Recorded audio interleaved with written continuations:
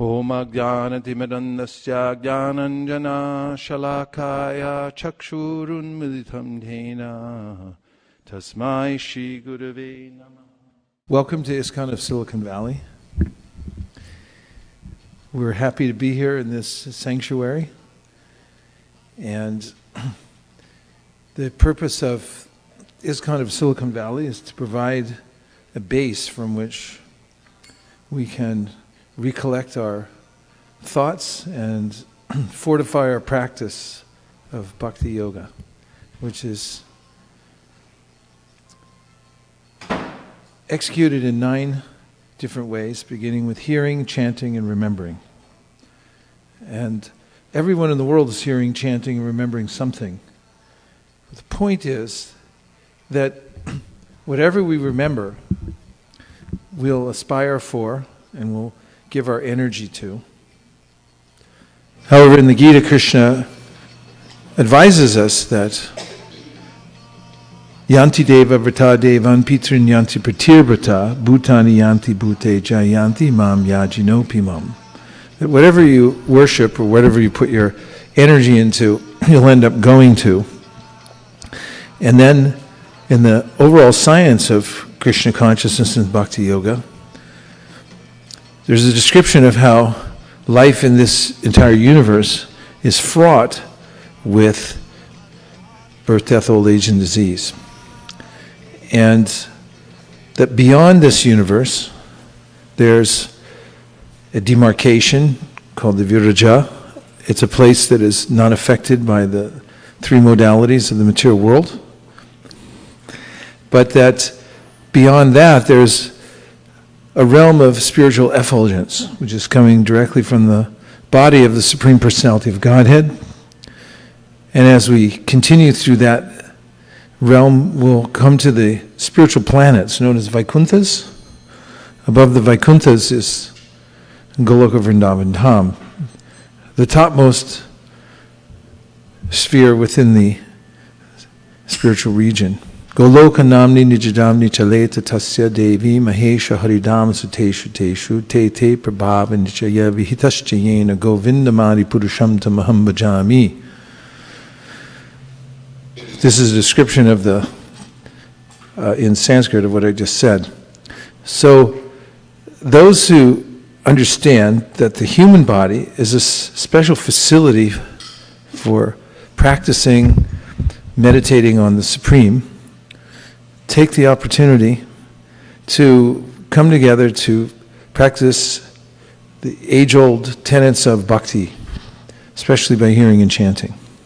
So tonight we'll chant the Hare Krishna Maha Mantra, along with a few other mantras, and we'll also look within the Nectar of Instruction, a book which is called in Sanskrit the Upadeshamrita, which is called the Nectar of Instruction, that gives succinct instructions about the practice of bhakti.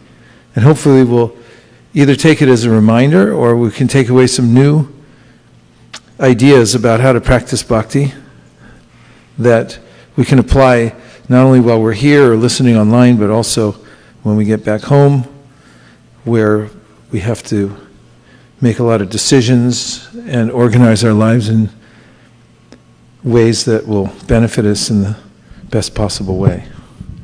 So we'll start tonight by chanting the Hare Krishna Maha Mantra, since we have a quorum.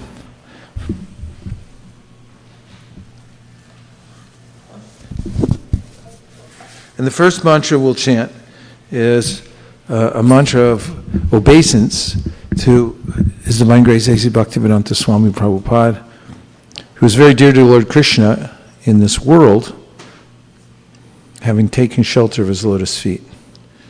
And also his mission, which was to spread the teachings of Lord Chaitanya, especially in the regions of the world where people are affected by the idea that there is no God, or that the ultimate goal of spiritual life is to become nothing, which is not very good. And so he is within the mantras offering respects to our teacher are also listed his basic mission statement. Then after that, we'll chant a mantra, which is remembering, glorifying Krishna in his most merciful form, or avatar, one who appears in the world to give benefit to others, of Lord Chaitanya. And you can see his picture here. He's in the center. He's of golden color, and he's Krishna himself, but he's also the combined form of Radha and Krishna. And he has his associates who act like his weapons, because in Kali Yuga, the intention is to kill the demoniac spirit within the heart so that one can actually take to spiritual life. So these five together introduce the system of bhakti that eradicates ignorance and gives one an opportunity to go back to that highest spiritual planet, Goloka Vrindavan. It's very practical. Anyone can take to the process that was taught by Lord Chaitanya Mahaprabhu and his associates.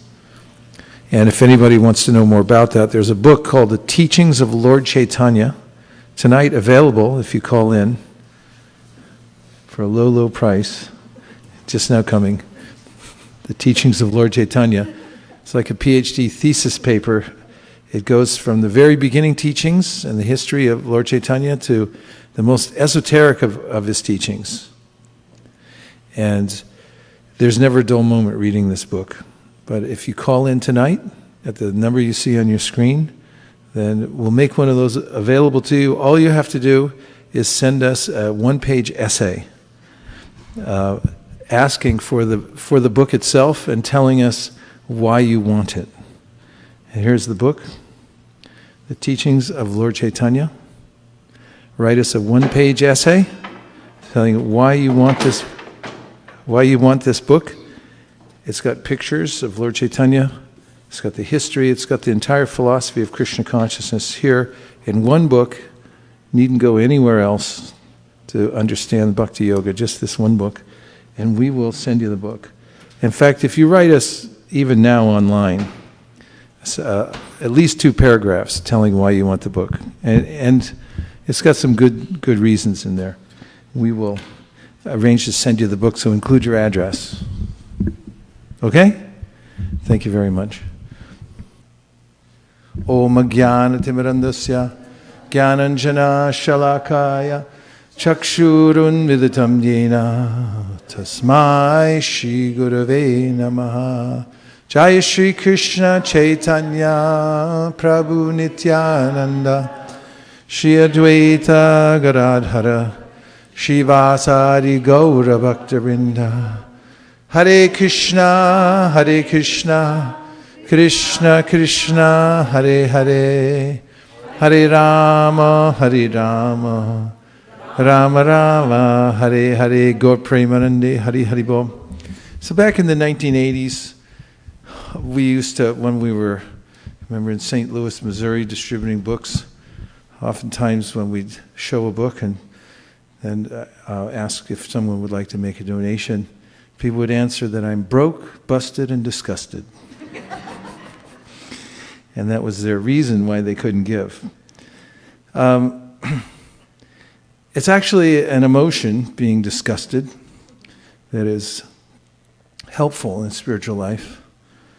In the Srimad Bhagavatam, Devahuti admits before Kapiladev, her son, who's giving her knowledge that frees her from the material world, that she's disgusted. Disgusted with the state of affairs of her life, and especially the way, one life after another, her senses have been demanding so much from her. You can serve in this material world for your whole life, and practically no one will be satisfied with you. Prabhupada gives the example of Gandhi in India. He served his country better than practically anybody could. And at the end, one of his countrymen shot him. Thank you. He also gives the example that oftentimes someone will serve his or her family for a lifetime and then requests a little leave to engage in spiritual life. For instance, there was an elderly woman Prabhupada talks about, Mrs. Sharma, who decided she wanted to dedicate her life full-time to Krishna consciousness. And when she mentioned it to her family, they became adamantly against it and said, no, you stay here and serve us. And there's a way that the senses also are personified, kamadinam katina katita palita durnideshas, and they're described as bad masters who are always demanding. And no matter how long I spend feeding them, they're never quite satisfied. Even after a lifetime, they still demand more. It's not a point at which they stop demanding. And in the Srimad Bhagavatam, I'd like to read you the verse where Devahuti declares her sense of disgust to Krishna, her son, in the form of Kapila Dev. She says at 3:25:7,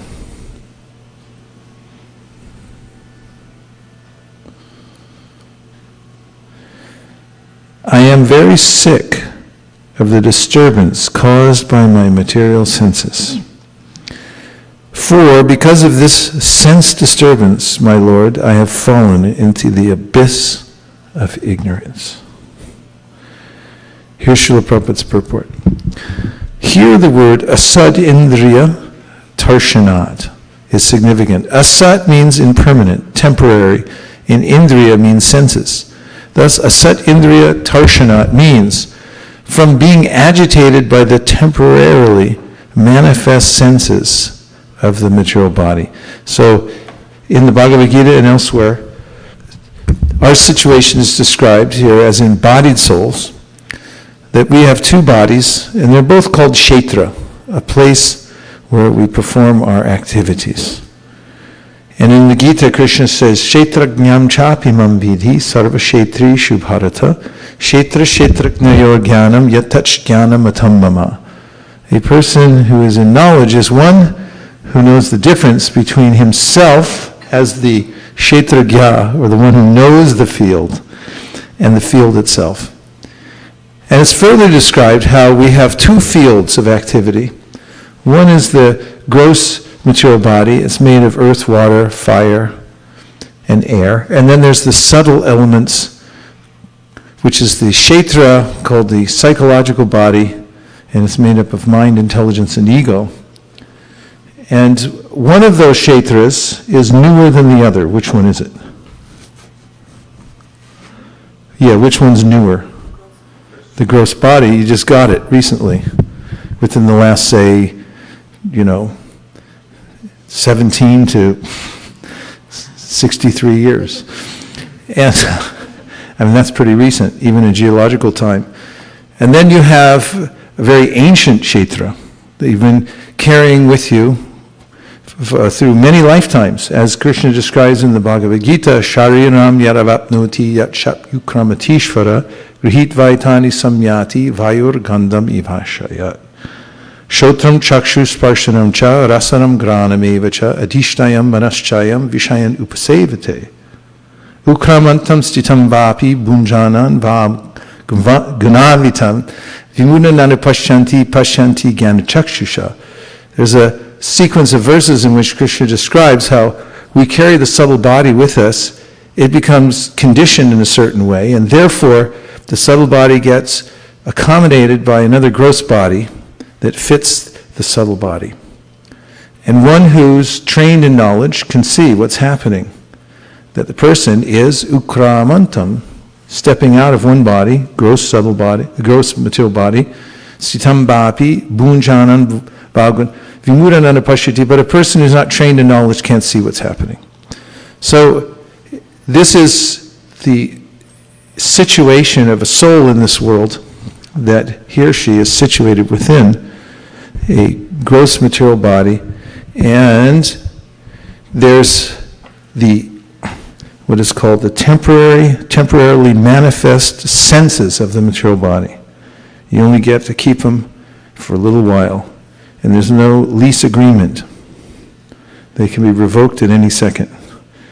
Continuing, we are evolving through different statuses of material bodily existence, sometimes in a human body, sometimes in an animal body, and therefore the engagements of our material senses are also changing. Anything which changes is called temporary or asat. We should know that beyond these temporary senses are our permanent senses, which are now covered by the material body. The permanent senses, being contaminated by matter, are not acting properly. Devotional service, therefore involves freeing the senses from this contamination. So one of the definitions of devotional services is given in the Narada Pancharatra, and it says, Sarvapari vinirmuktan tat pratvena nirmalam hrishikena hrishikesha sevanam bhaktir uchate. That the process of devotional service means engaging our present senses in service to Krishna, who is called Hrishikesh, or he's the master of our senses. And in the act of doing that, that kind of activity is purifying, and it actually purifies the senses so that they come back to their original state of being connected with Krishna. Then Prabhupada continues. When the contamination is completely removed and the senses act in the purity of unalloyed Krishna consciousness, we have reached sadindriya, or eternal sensory activities. Eternal sensory activities are called devotional service. What's another name for devotional service? Yeah, ESA. Whereas temporary sensory activities are called sense gratification. Unless one becomes tired of material sense gratification, there's no opportunity to hear transcendental messages from a person like Kapila. Devahuti expressed that she was tired. Now that her husband had left home, she wanted to get relief by hearing the instructions of Lord Kapiladev. So one might argue then, okay, well, her husband left and now was near the end of her life, so that's a good time to get tired. No, one should be intelligent and figure this out early on. Don't be optimistic and think, I'll just be optimistic and try to pursue sense gratification now when my senses are strong. And then later on, I'll take to Krishna consciousness. This is a farce. Because first of all, we don't know how old we are. Because old means about to die. And nobody can say if they're older than younger than anybody else, because at any minute you can step in front of a bus and be smashed like a bug. And therefore, we have to be aware of the fact that we're just on borrowed time. And furthermore, Prahlad Maharaj said, Komara acharit pragno dharmam bhagavatamiha dulabam manusam janma tarap yadruvam artadam. This is a fixed principle that as soon as one recognizes the importance of human life, even from the time one's a child, one should take fully the process of Krishna consciousness, and therefore this sense of being tired of material nature comes by good fortune. It's not a matter of waiting until the end, because we don't know when that will be. So everyone's free to develop this perspective and to be tired of the interaction of the senses with the material world. So don't be afraid of frustration, and don't be worn down by the complexities of life. They're there for everybody, because we're wholly incompatible with matter. And therefore, we will be frustrated. And at some point, we should realize the futility of struggling very hard in order to establish the status quo, or keep the status quo here in the material world. And although it's not a license to abandon one's duties, it is a license to internally become fully dedicated to the Supreme Personality of Godhead and the idea that I'm a servant of Krishna and that everything I'm doing now is meant to bring me closer to the Supreme Personality of Godhead. So that's the preamble to what I'm going to say tonight, which will include some very practical instructions about what to do after you get tired and you say, I've had enough. No mas. I give up. I'm throwing the towel in the ring and I'm not going to fight anymore. I'm being made a fool of, and I'm tired of it. And so after that, there's practical steps that one can take. You don't just have to be frustrated. You can actually do something about it. So before I go into that, any reflections about the first part? 1, 2. We'll try out all the microphones and see if any of them work. So, actually I had a question. So what is the meaning of status quo? I know we say it, what do we exactly mean by that? Shraddha will tell us.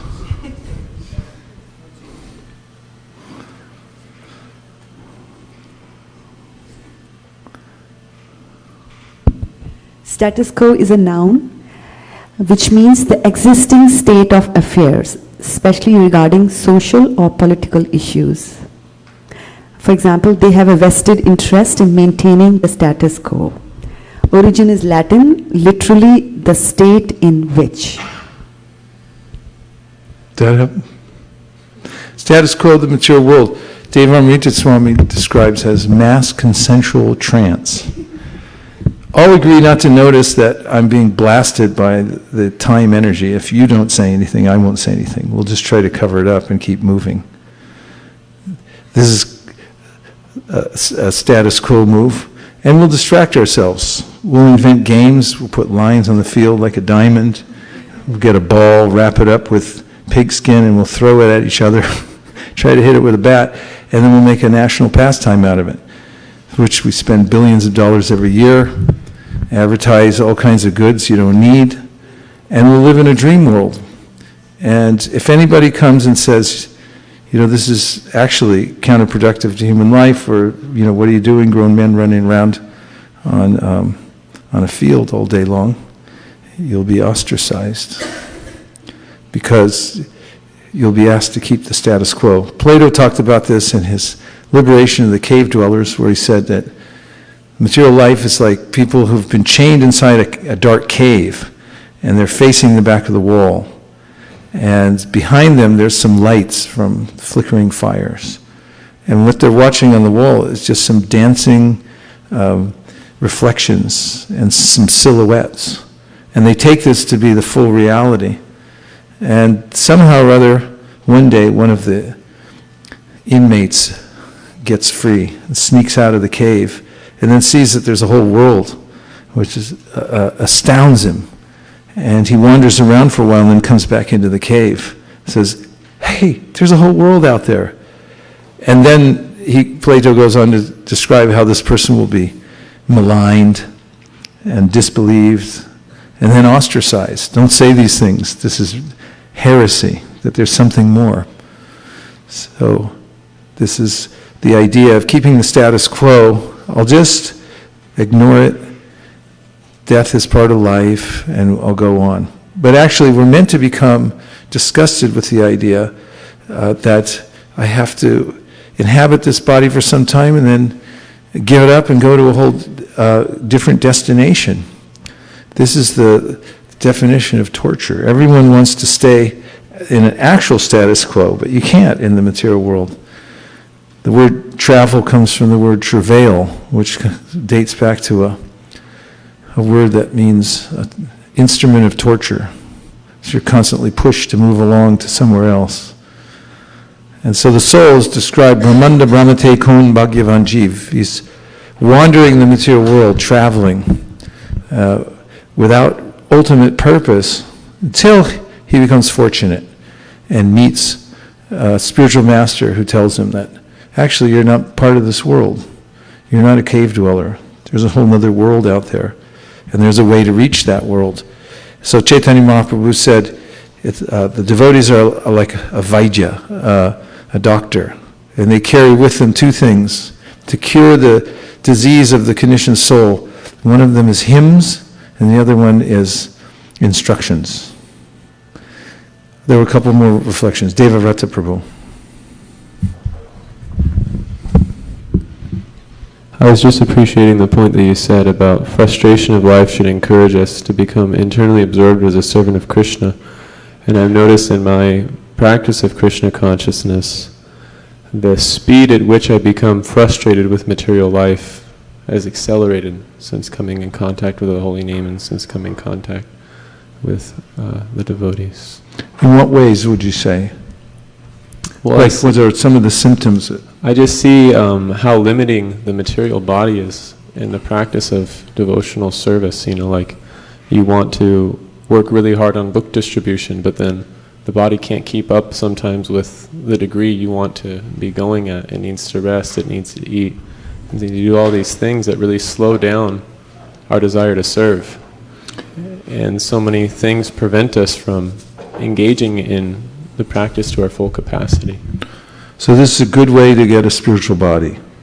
Because as I was reading recently, a series of quotes Prabhupada wrote about how friendly Krishna is. He says, Krishna is so friendly that he stays with us life after life and fulfills all our desires, whatever they may be. And when he sees that the living entity is interested in serving him, then he gives facility for that. So what would Krishna do with somebody who has a physical body and has extended it completely into devotional service and can't stretch any further? When such a person leaves the material body, then Krishna says, oh, you need a spiritual body in order to continue serving at the kind of level that you would like to serve. That's the idea. When somebody leaves the body and their full intention is to go on serving, then they're given facility in the next life. Thank you. Any more reflections? Some from the internet.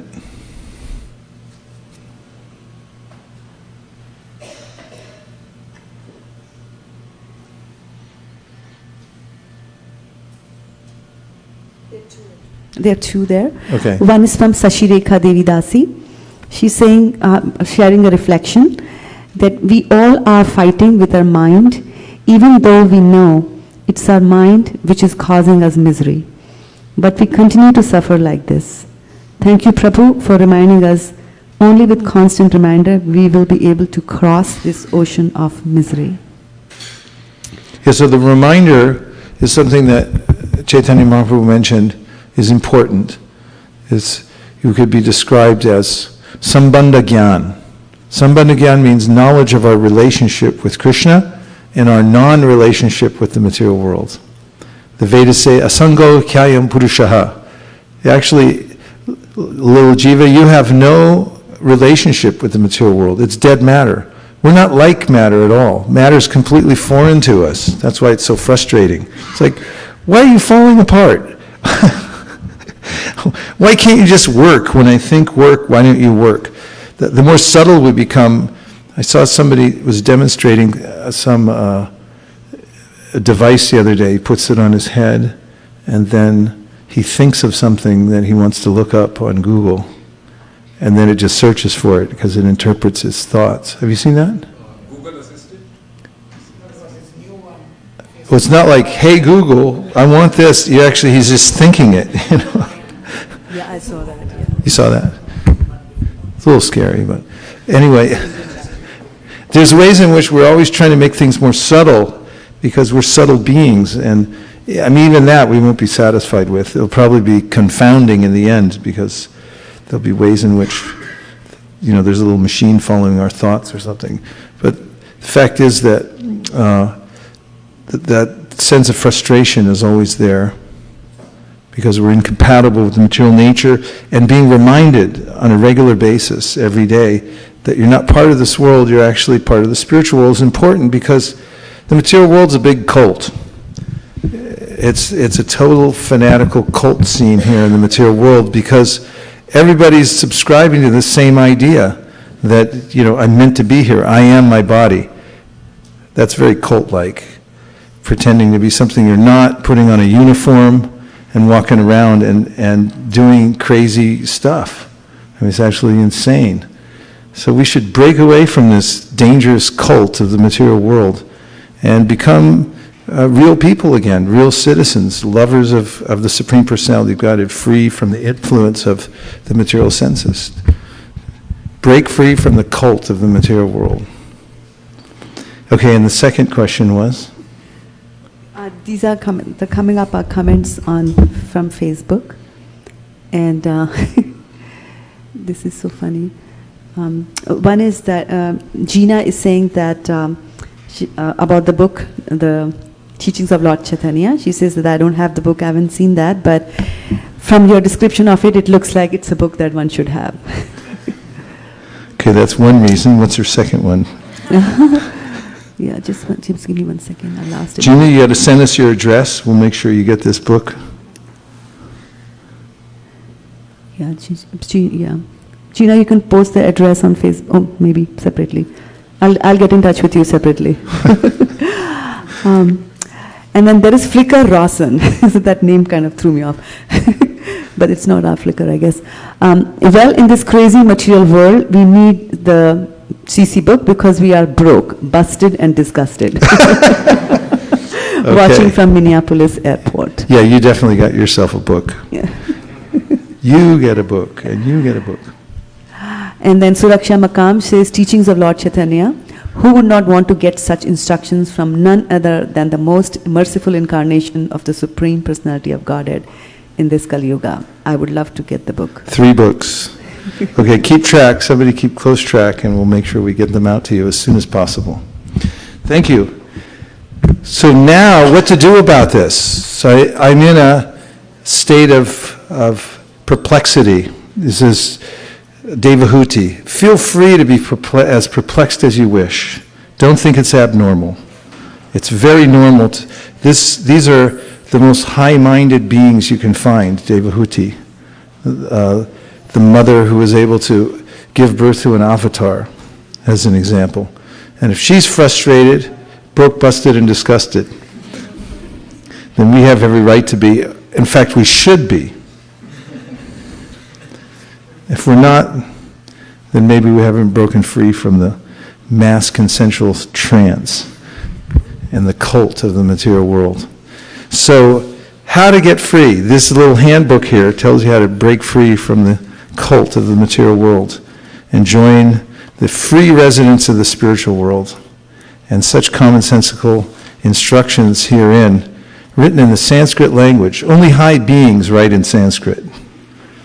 The English discovered this when they came to India, and they were walking around, strutting around, saying Europeans are the best people in the world, and you guys are primitive. And all of a sudden, one of their scholars ran into the Sanskrit language, said, "Uh-oh, we just found the most advanced culture on earth," because the culture is demonstrated through the language, and there is no more refined language on earth, no more sophisticated, poetical, expansive in meaning language than Sanskrit. So they were stymied. Of course, the envious people who didn't want to admit it simply tried to degrade the scholar who brought it out to the world. But the fact is that this book is written in Sanskrit. It's written in simple Sanskrit verses, and each one of them shows us a step-by-step process by which we can become free from the frustration of the material world and the cult of being attached to matter, which is really a deplorable and lamentable state of existence for such an exalted entity as the soul, which is part and parcel of God. So here's how to do it. The first verse gives this instruction. I'll say the line and then you please repeat. Vacho vegam manasa krodha vegam. Chihva vegam udarapasta vegam. Itan vegan yo vishaheta dhira. Sarvam apimam prithivim sashishyat. And here's the translation. A sober person who can tolerate the urge to speak, the mind's demands, the actions of anger, and the urges of the tongue, belly, and genitals is qualified to make disciples all over the world. Can I see your compilation? Thank you. From the Pundit's Pit over here, they have compiled an extraction of all the pramanam verses, verses used for evidence, for explaining the philosophy behind each one of these verses, and they've put it into a compendium of verses here on these pages.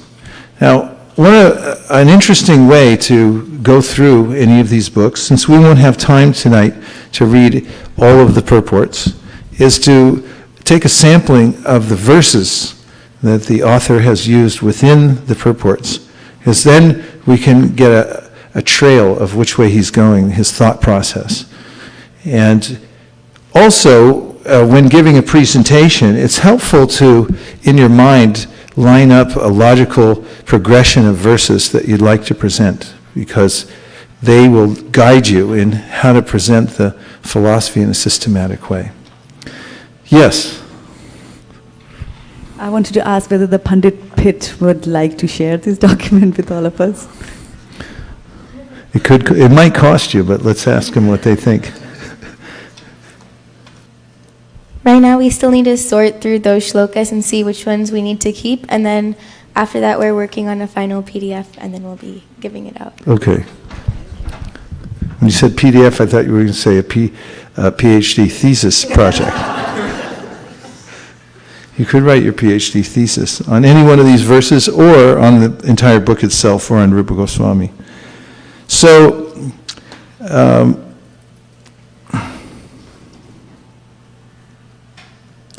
in text 1, and actually, I'm going to go back even because they provided even from the preface, from the Upadeshamrita preface, which you don't have to go back to. Don't just follow everything I say, just listen for a sec. This is a verse extracted from the preface of this book. And it comes from a song by Srila Narottam Das Thakur. This sets up the mood of the book.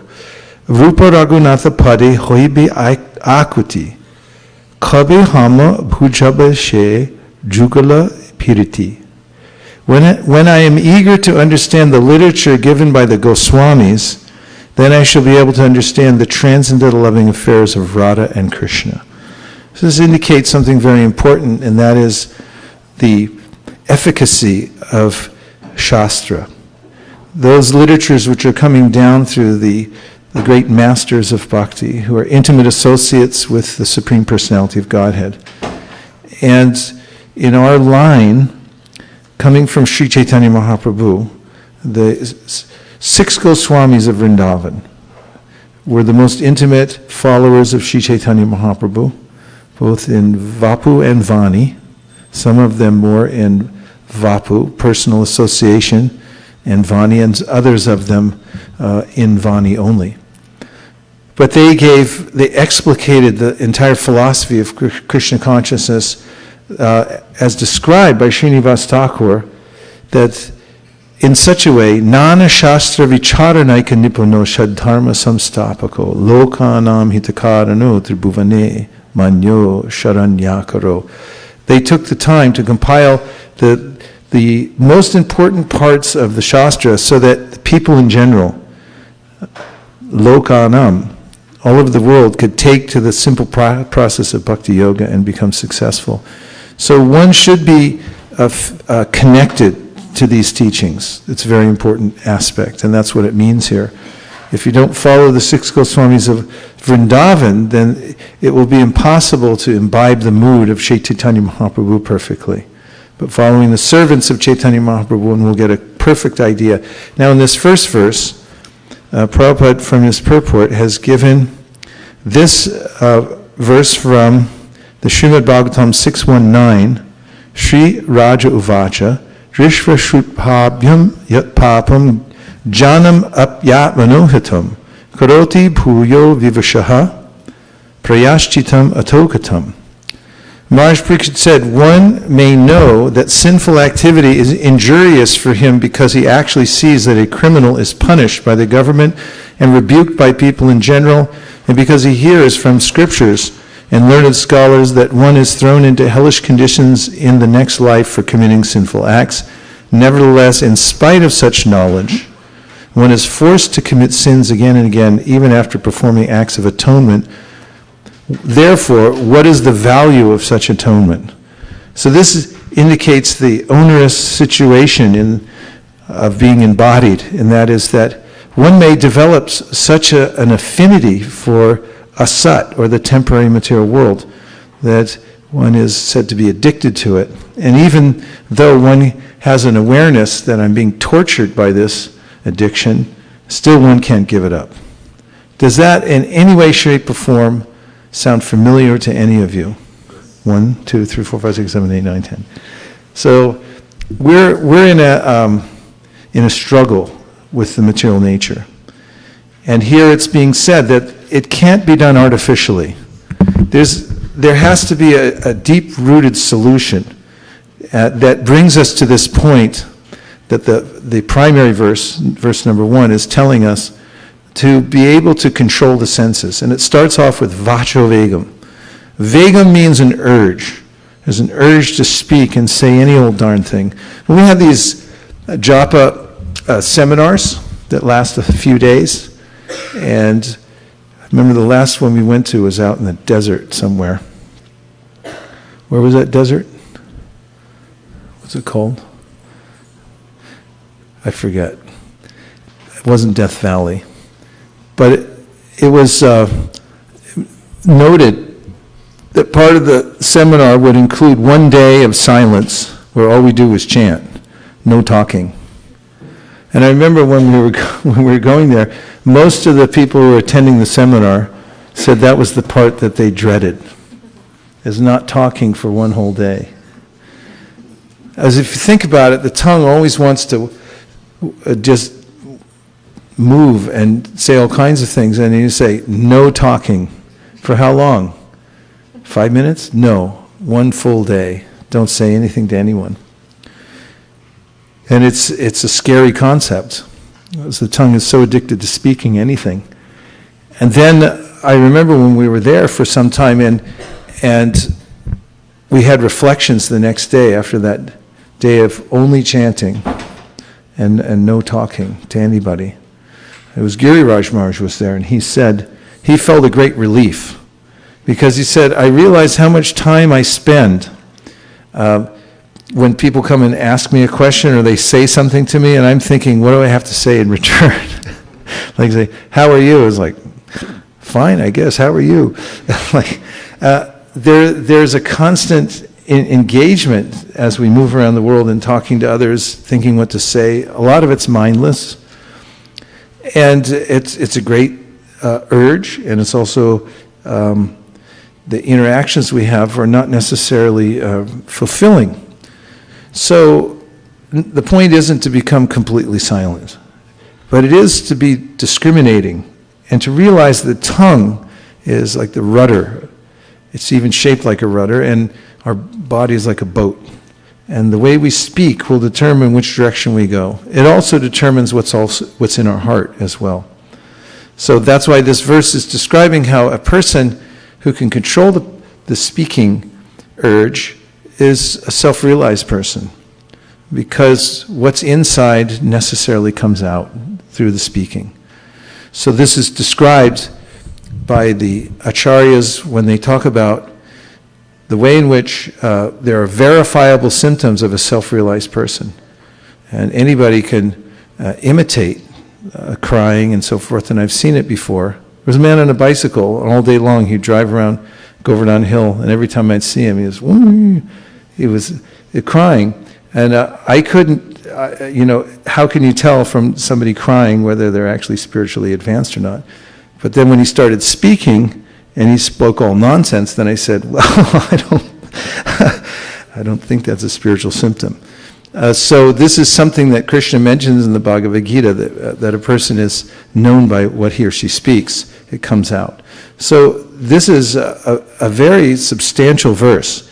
The way in which we're able to observe ourselves and see the degree to which we can actually control our senses, beginning with the speech, is indicative of how much spiritual advancement we've made, because what's inside comes out through the tongue. And on the other side, we should take up the practice of bhakti yoga in order to control the tongue and to purify the senses. So both things are at work. So Maharaj said that silence exercise was at the Palm Spring retreat? Was it Palm Springs? The Joshua Tree. Joshua Tree. That's what came from Flicker Rawson. So now we know who Flicker Rawson is. It's our Hansapriya Mataji from Minneapolis Airport. That's her pseudonym. Okay, so the next verse that Prabhupada quotes in the purport to verse number 1 is very telling, again from 6.1.10. Kwachin nivartate badrat, kwachit sharati tatpuna, prayashita mato partam manye kunjara shochavat. You know where this verse is going? It's talking about kunjara shosha, manye kunjara shochavat. It's talking about an elephant. Has anybody seen an elephant take a bath? What does it do? It takes a nice bath, and it comes out on the shore, and it throws dirt all over its body. So this is the way in which oftentimes people, they'll overcome a bad habit, and then next thing you know, they're back doing it again. There's lots of songs about it. And so this is natural because the urge to do it is still embedded within the heart and mind. So now we're sleuthing out the meaning of this verse, because vacho vegam manasakrota vegam. How do you actually become a person who can not just respond to the impulses that come as a result of our previous association? So then the next verse comes from the Chaitanya Charitamrita. Krishna Surya Sama Maya Hoy Andakar Yahan Krishna Tahan Nahi Maya Adhikar. Krishna is compared to sunshine, and Maya is compared to darkness. Wherever there is sunshine, this is Madhya 22:31, there cannot be darkness. As soon as one takes to Krishna consciousness, the darkness of illusion, the influence of the external energy will immediately vanish. So this is a foundational principle that anyone can keep in mind, and it doesn't require one is a rocket scientist to understand this. Although I found out we did have a rocket scientist here. And that is that if you stay close to Krishna, somehow or other, in whatever way you can, then you'll be near the light. And that will dissipate the darkness within the heart, the darkness of ignorance that causes me to act irrationally, as if I'm a part of the material world, which I'm not. And anyone can do this, even a dog. We see from the Chaitanya Charitamrita that the Shivananda Sain, when he was going on the yatra, leaving Mayapur and going down to Jagannath Puri, was taking a group of devotees, and he was caring for them, making sure they had a place sleep at night, make sure that they were able to eat and so forth. And then a dog, just a street dog, came in and asked if he could join the party. Dogs don't really ask so much, they just kind of jump in. And Shivananda Sain said, "Sure, you can come." And he started protecting the dog.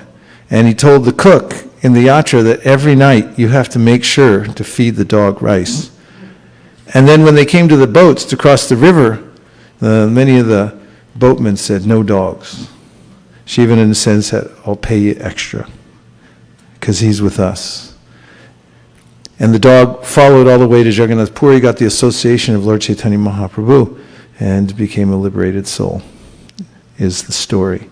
And so in a similar way, even if one has at least the simple good instinct to follow the devotees, just like a dog might, and take a little rice with the devotees.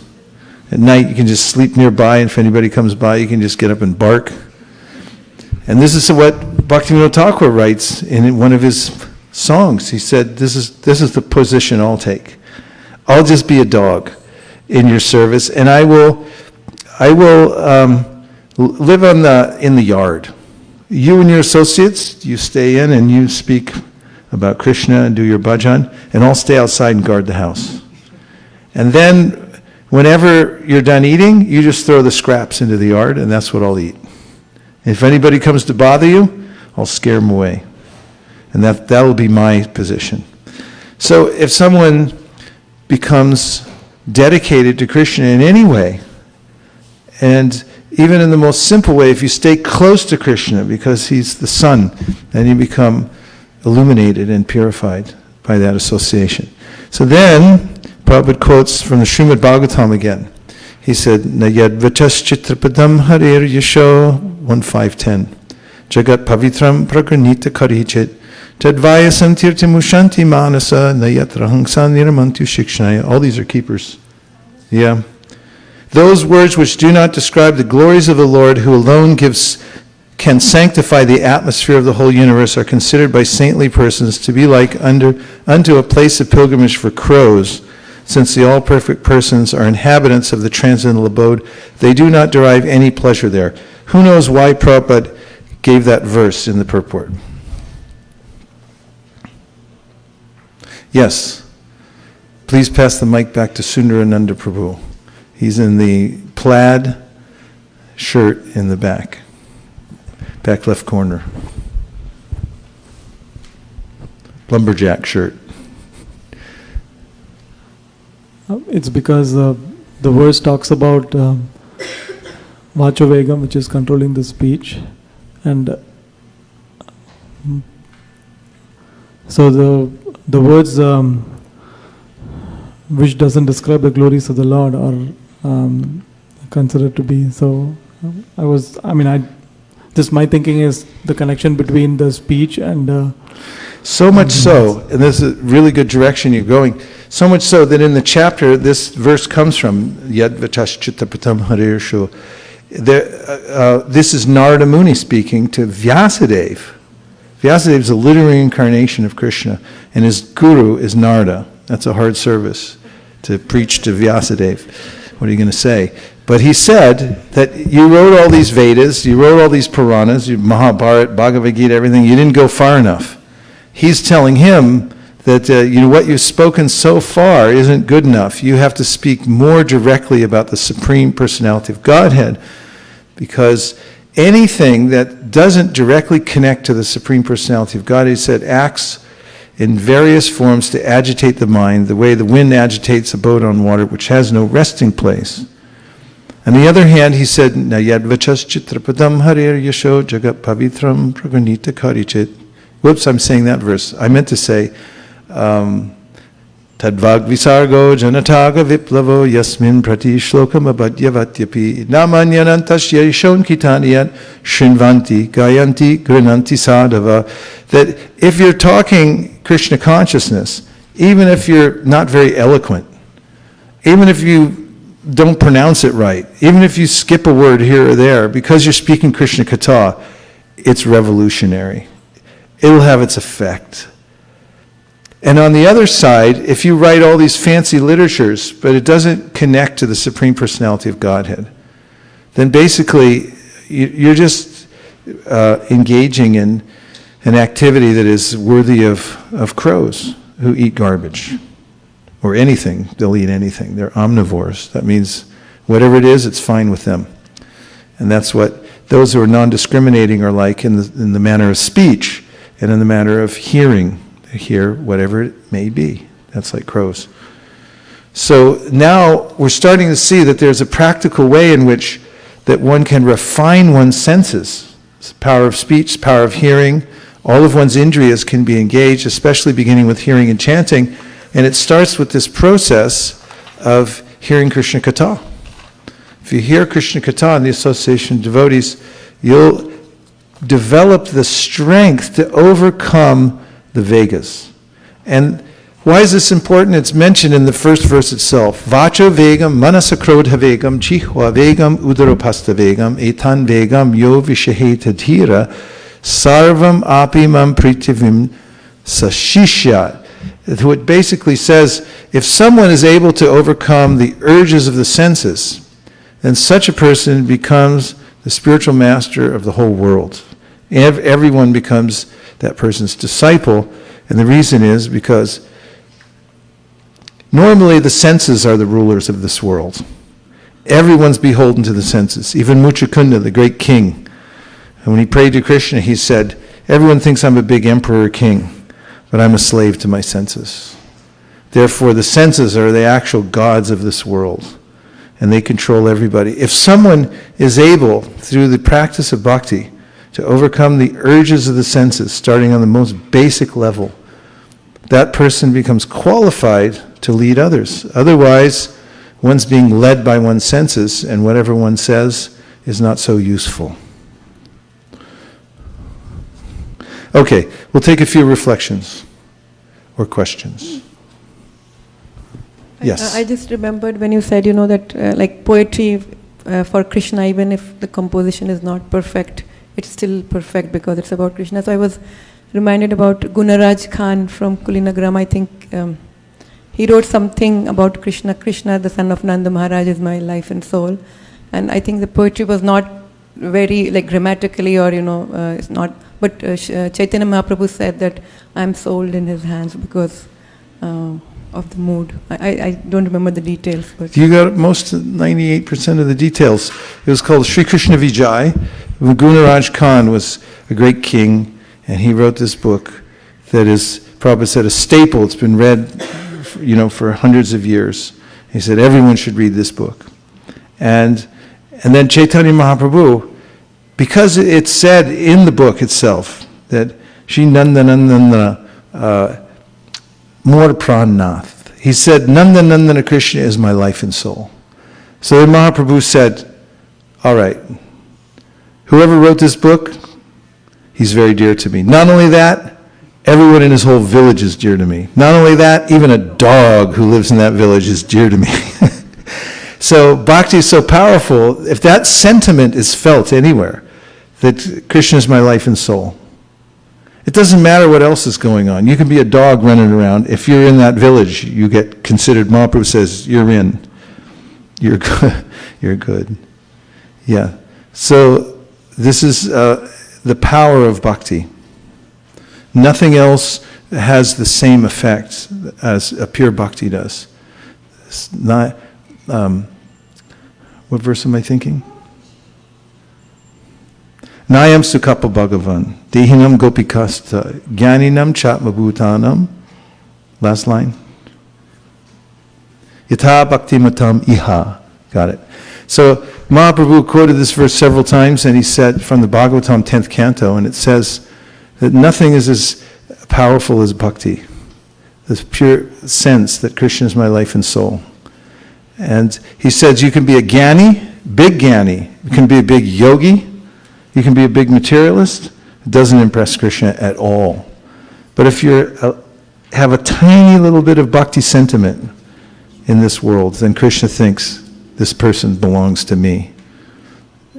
And you can even be associate of the person who thinks like that. And then Krishna says, that person also belongs to me.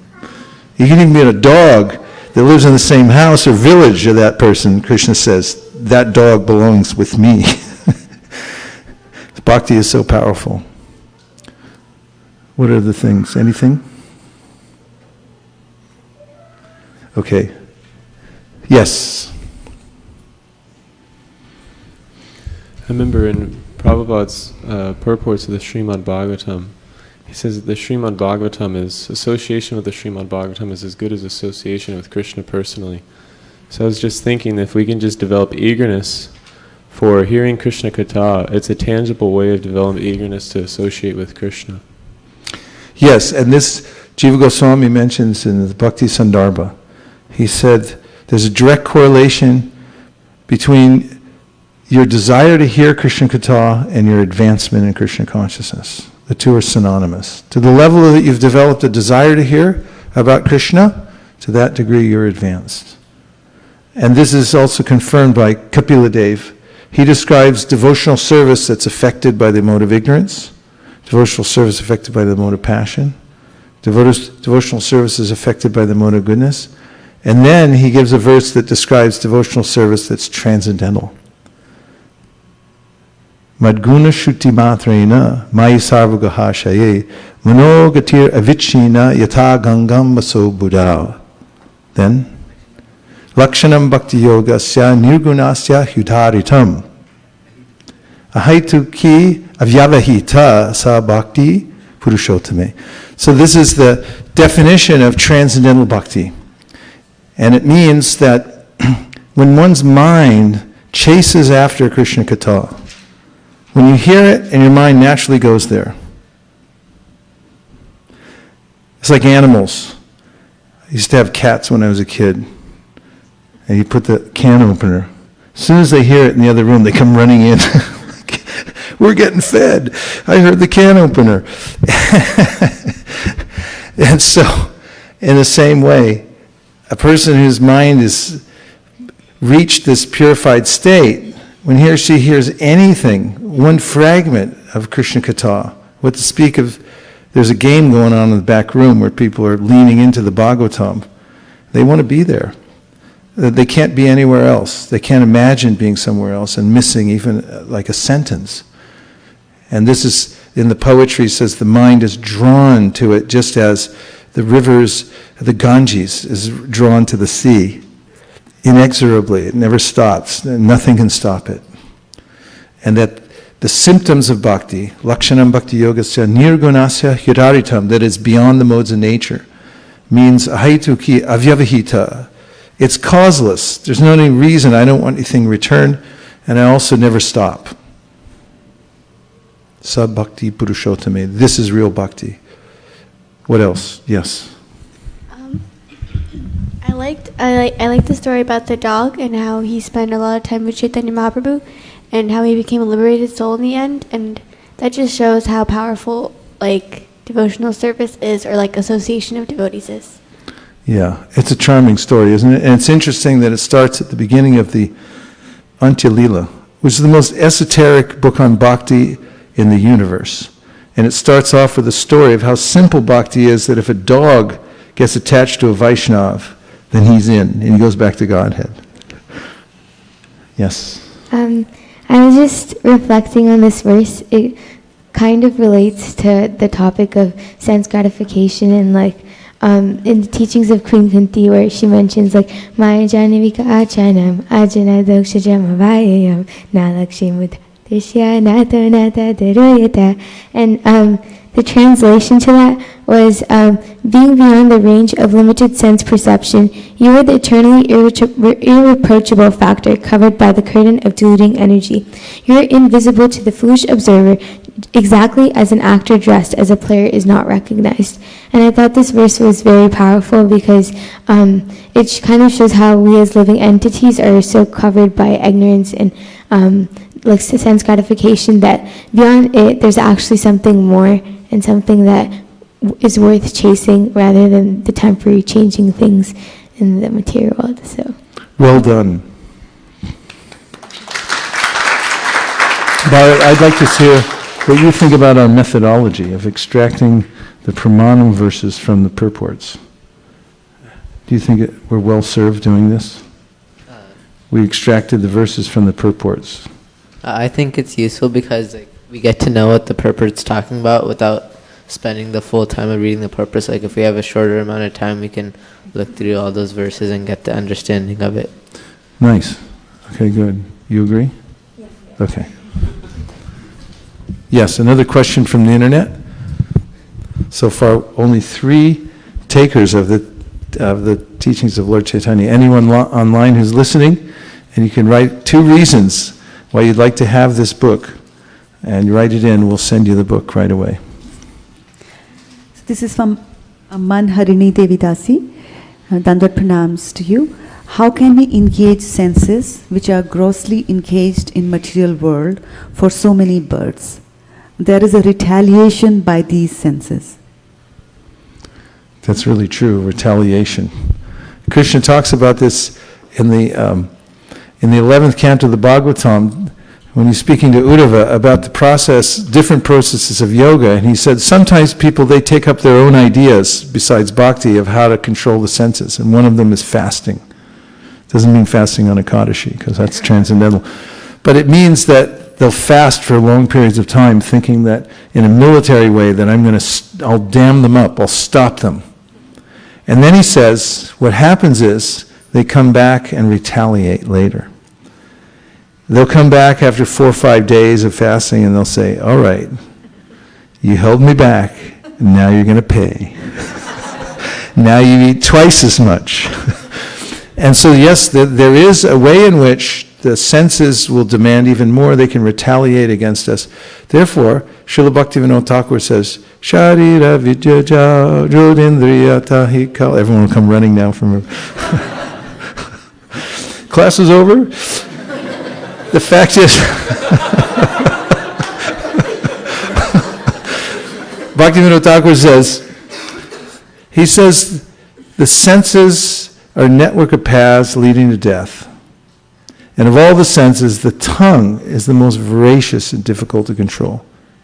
But you are so kind, dear Lord Krishna. You have given us Krishna Prasadam to help us conquer the tongue. Now let us take this prasad to our full satisfaction. And doing so will glorify Sri Sri Radha and Krishna. You glorify them by taking prasadam. And in love, call for the help of Lord Chaitanya and Lord Nityananda.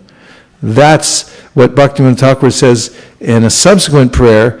The yogis, what they attain after 10,000 years of meditation, will attain in one sitting by taking the Lord's prasadam. You take the Raj Bhog, and you take that, and your senses become so satisfied, and they're thinking of Krishna at the same time. All of them become stimulated. There's a devotee who lives in Vrindavan, an old friend of mine, who's been cooking the Raj Bhog for Shri Radha Shamasundar, Krishna Balaram, Shri Gaurnitai there in Vrindavan. He's never left, except once he came to my house and stayed to get his 10-year visa together, and maybe one other time. His name is Bhuvaneshwar Prabhu. He's a lifelong brahmachari. And now he's probably 70 years old. For so many years, he just lived in a little kind of like cave-like room underneath the altar. And his main thing is just go up and cook for the Lord in heat. And it gets like 130 degrees in Vrindavan sometimes. And he'll be in the kitchen cooking the Raj Bhog. Freezing winter, he's there. He also leads kirtan in the 24-hour kirtan. And yeah, he's pretty famous because of being steady in his service, and also for his name is Bhuvaneshwar, so his sayings are called Bhu-isms. One of them, he always says to me during Mangal Artik, he'll come up and he goes, I can't get no bhav. So, Bhuvaneshwar Prabhu, when I stayed there once, it was 2001, I went to the Purushottam Mas. I went early, before Kartik, because I wanted to be there for Purushottam. It was really hot. I stayed at the Goshala. And every day, Boo said, you come here every day and take the Raj Bhog. And, because that's one of the vows in Kartik, it's just eat Mahaprasadam. So I went there every day, and he'd feed me this Raj Bhog offering. And I'd just sit on the floor in his little cave, and the most transcendental experience that I could ever experience, just sitting there having the Lord's remnants. That's why Sri Uddhava says in the third canto of the Srimad Bhagavatam, Pandits, microphone. No, mic. Tvayopabhuktasya gandha vasulankara charchitaha uchishta bojino dasa stavamayam jayamihi. Translation. It says, I remember the shloka mentioned something about eating the remnants. Yes. And Tavamayam Jayamahi means that we'll conquer Maya. We'll conquer the unconquerable. How? By taking uchishta, the remnants of your food. And we'll wear the garlands that you wore. And any other thing, the clothes that you had, we'll put them on. And by that, he said, we'll conquer over the material energy. So the answer to this conundrum about the senses is we have to immerse them in spiritual sense gratification. People don't get that in the material world. They get Taco Bell. That's like, ouch. I mean, it hurts on every level. It hurts the physical body, the mental body. It puts one in Taco Bell land. And you go to sleep, you drink about some, weird thing, because you get attacked by the Taco Bell man, like it's kind of some kind of ghost. And that's what happens in the material world. Prabhu, coming from the kitchen. Hare Krishna. Hare Krishna? Hare Krishna. I like Taco Bell sometimes. Okay. I have one question. How you prepare to lecture? You have some... Maybe someone asked you before, but for me it's really interesting. I every time listen from kitchen. You have a plan, or you have some points and follow by this, or it's just bhakti, and how it was first times, and how many changing you have till this time? First class I ever gave was in Chicago, because I had joined in San Francisco, And then they shipped me off to Chicago after about 9 months. And then I landed there, and someone came up to me and said, "You got to get Bhagavatam class." And I said, "What? You're kidding me." and I really wasn't sure what to say. But then I started listening to other people. I listened to Jai Vaitamaraj. He came there, and it just flowed out of him how he knew verses and he knew all these things. And then I realized that he was hearing all the time and reading Prabhupada's books, and it was just natural for him to speak. I once talked to a godbrother of mine who'd become a really good speaker. I met him in Vrindavan. I heard one of his classes. I hadn't seen him in like 20 years or something like that. So I made an appointment. I said, "Could we go for a walk? I want to ask you something." And I said, "So how did you become such a good speaker of Krishna Katha?" And he goes, "By teaching it." And he said, "The more I teach it, the more I have to prepare to think what to say and pray what to say. And then the more it became natural for me," he said. Of course, I haven't been able to take advantage of any of those instructions. But if anyone hears about Krishna sufficiently, then there'll naturally be something to say.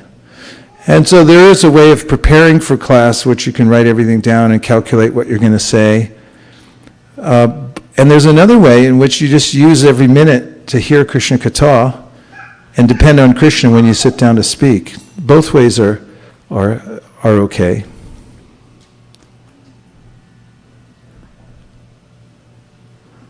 Is that all right? Yes, 1, 2. 1, 2. Who has the mic? You go ahead, and then Shraddha. Hare Krishna Maharaj. Maharaj, I was thinking that since we have taken so many lifetimes and we are seriously infected with the infection, and this infection need antibiotic, and this antibiotic has to be taken daily from the authorized source, like right now. And if we miss it even one day, then it will relapse. The infection will relapse again. Then you will be again fall into the Maya. So it's very important to take the natural course every day throughout the life, and hopefully then infection will not appear again. Bravo. Yeah. The answer to the conundrum that Devahuti is expressing, Kapila Dev answers her and says, here's how you overcome this attachment to the material world. Because later on, after she expresses her frustration, she says that I don't think it's possible, doesn't seem possible, she said, to get out of this. Because I'm so attached to my mind and my body that how will I ever become free from this? And Kapila Dev basically very calmly says, you just have to hear for a long time and stay engaged in service. And a long time is emphasized. It means a lifetime, at least, of dedication to hearing about Krishna. And one senior devotee I know, who was one of Prabhupada's godbrothers, and I went to visit with one of my godbrothers who's an ascetic. His legs are this thin because he's always fasting all the time. And this senior devotee looked at him. He was very old at the time. I think he was in his 80s. He looked at him and he says, you're doing too many austerities. He said, you just chant. When Krishna wants you, he'll come and get you. So we have to be patient, and we have to keep connected to Krishna in the way that he recommends the most, which is to be in the association of advanced Vaishnava. Advanced Vaishnava means one who's interested in hearing Krishna Katha, not shooting the breeze. I mean, not that you can't interact with people on a normal level. It doesn't mean to become a fanatic. But, Prabhupada told jokes. But it means that the mainstay of your life is hearing and chanting. Shraddha, you had one. Yeah, actually 2 follow-ups. One was continuing on with Radhika Prabhu's, where he was talking about having the antibiotics.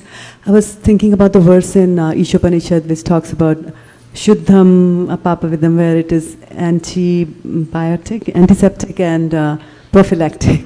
So I was thinking that while you are while you're contaminated, then you need to take, you got the infection, so you need to take the antibiotics. But once the infection goes away, still because you're in the same environment, you continue to take the prophylactics to prevent. Yeah, it's a preventative. You should always take it. And don't think that you can't be affected by Maya. This is a foolhardy stance because she's really powerful and she can sneak in ways that you can't even imagine. So really fortify yourself by humbly chanting the holy name and taking shelter constantly. Yes? And my other question was like, which verse of Srimad Bhagavatam did you teach in Chicago? I don't remember. Oh, actually I do. It was in the section, it was the first canto and it was about Parikshit Maharaj. I couldn't imagine what to say about it. It was about how he was like a lion. They were glorifying the appearance of Maharaj Parikshit. That's what it was. Thanks for reminding me.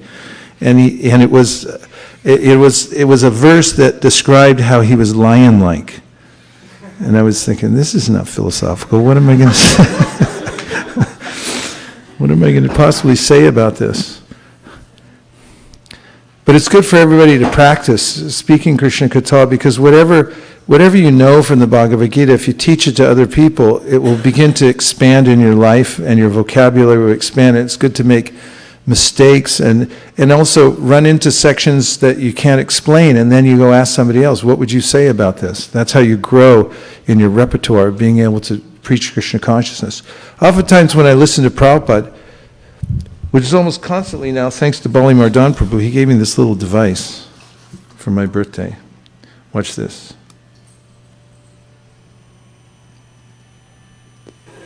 Why easy things are required in this age? Very difficult execution of spiritual life, austerity, penance, it's not possible. People are so fallen that they cannot accept any severe type of austerity. It is not possible. Therefore, the yoga system is not at all possible in this age. As we have several times discussed, it is very difficult. Jam, Nyam. The very beginning is Jam, Nyam. Controlling. Everything controlling. Not to be licentious. Everything controlling. Yoga life begins, yoga in the Sangha. The real purpose of practicing yoga is controlling the sense. Hey, I didn't plan that. Has all the Prabhupada's lectures from beginning to end. A little chip in here, embedded chip with all of his lectures, and all you have to do is put the button on, and it plays them in succession so you can go through and mark them all off. We have to find out where to get these and get one for everybody. Right? Because I got another one before, I thought it was the top of the line, and then I was up in Toronto and I saw Bhakti Marg Swami. I stayed in the same room with him, and he saw me using my bigger one, and it's a little unwieldy because you turn the button and it's too loud, whatever. And then he said, oh, I have one of those, and I said, let's see. And he pulled out this sleek little thing, and I said, and he goes, don't get envious. But I was thinking, why did I get the big one? He got this. And then Bali Mardan gave me this. And it's been really nice. It fits right in my bag. Anyway, I forgot what question we're answering. The first lecture and where you were talking about Parikshit Maharaj, that is 112.22. 112.22, there it is. Okay. Prabhupada said if you listen to if you go to Bhagavatam class, one verse a day, in 50 years, you'll finish the Bhagavatam. That's your be a sage page by page. That's not bad. What else? Any other things? Okay, one more question, and then we need one more section here, and we'll have kirtan. So this is from Bhakta Srivatsa. Sometimes when looking at Shastra and at my personal life, I have seen that the association of devotees is so important, and that it seems that without the association of advanced Vaishnavas, everything is hopeless, as Vaishnavas keep me going. What can I do if you cannot readily give the association of Vaishnavas to stay steady in Krishna consciousness. If you can't get or give? You can, yeah. I think that was a If you can't get? What can I do if you cannot readily get the association of Vaishnavas to stay steady in Krishna consciousness? If devotee association is not easily available, then what to do? Well, if it's not easily available, then you have to be inventive. And somehow or other, this is the way that Prabhupada mentions many times. You'll hear him say this phrase throughout his lectures. He'll say, somehow or other. And this is also Rupa Goswami, yena tena prakarina manat Krishna niveshayat. Somehow or other, one way or another, try to find a way to fix your mind on Krishna.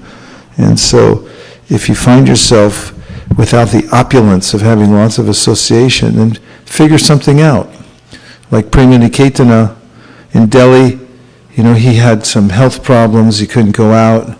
So he set up his room in a way that he was always connected with one of the artiques that's going on, either in Mayapur or somewhere around the world, always listening to something, staying in touch, feeling as if he's there with the congregation, listening.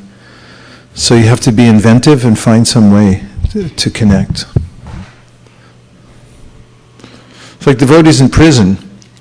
We write to several devotees in prison, and it's not like they get tons of association in there. So one thing is they have to make their own association. Balavan Nitai, he's in jail in Arizona, and he's always distributing prasadam and books as much as he can. Then when he makes somebody a devotee, then he's got some association. The same for Prabhupada. When he came to America, he didn't have any association, so he had to make it. And he made a bunch of devotees, and then there was devotees around all the time. So if you're in a remote place, better have a program where you can make devotees.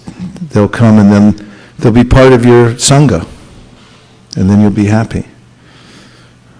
So in this purport we have verses from Chaitanya Charitamrita, Prema Vivarta by Jagadananda Pandit, more from Srimad Bhagavatam. There's 1, 2, 3, 4, 5, 6, 7, 8 Pramanam verses in the first verse of the Upadeshamrita, giving a complete explanation of Vacho Vegam Manasakrodha Vegam. And so one could make a real study of this first verse, and then what you could do is go deeply within each one of the Pramanam verses. Because here you have it now, this formula. You look at the first verse and you say, what does it mean? And then you follow the commentary, and every time you come to one of these important verses, which are now extracted, you could go to that book and read deeply into that particular verse and purport and see what it means. And you'll get a composite understanding of the whole verse. Thank you very, very much for coming to ISKCON of Silicon Valley tonight. Our basic philosophy here, or our mantra that drives us, is always better service. We are aware of the fact that there's always more one can do to refine one's service, and the only goal of life really is to stay continually in the service of Krishna without any stoppage. Whether you work outside or you work in the temple, you can connect to Krishna. You can use your work as service, or you can be directly cleaning the floor here or worshiping the deities and so forth. And our other idea is that it's not so important what you do as how you do it. The mood that you do it in, and the way that you're connecting to Krishna and doing it in a generous way, and involving others and cooperating with others and so forth. And it's the values that we develop as a culture here that make us ultimately successful in all ways. So I have to go to New York early tomorrow morning, so I'm sorry for running out, but I have to catch an early flight. Divyangi's flying out tonight, taking the red eye. She's so austere warrior. She's been here working the streets, and we'll see her in New York tomorrow sometime. You'll be there before us. And we're going to do a book distribution monthly Sankirtan festival. She's leading the party out of the Brooklyn Temple. for monthly Sankirtan.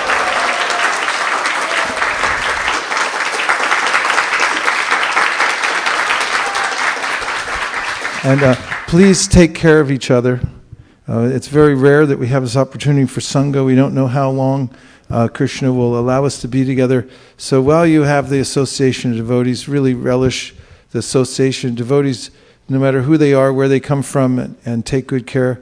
And please keep the vibration going. Thank you very much. Vancha kalpadurvascha kripasinabhevacha patitanam pavanibhyo vaishnavebhyo namo namaha. We'll see you next Wednesday. Hare Krishna.